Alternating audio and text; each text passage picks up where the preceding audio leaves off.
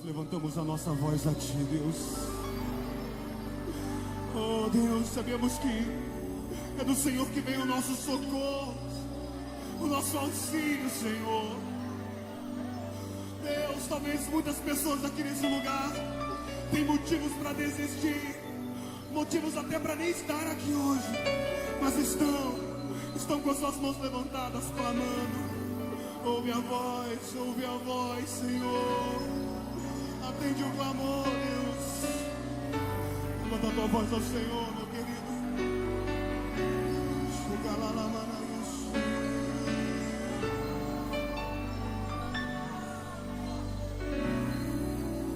os planos que foram embora, o sonho que se perdeu, o que era festa e agora é luto do que já morreu.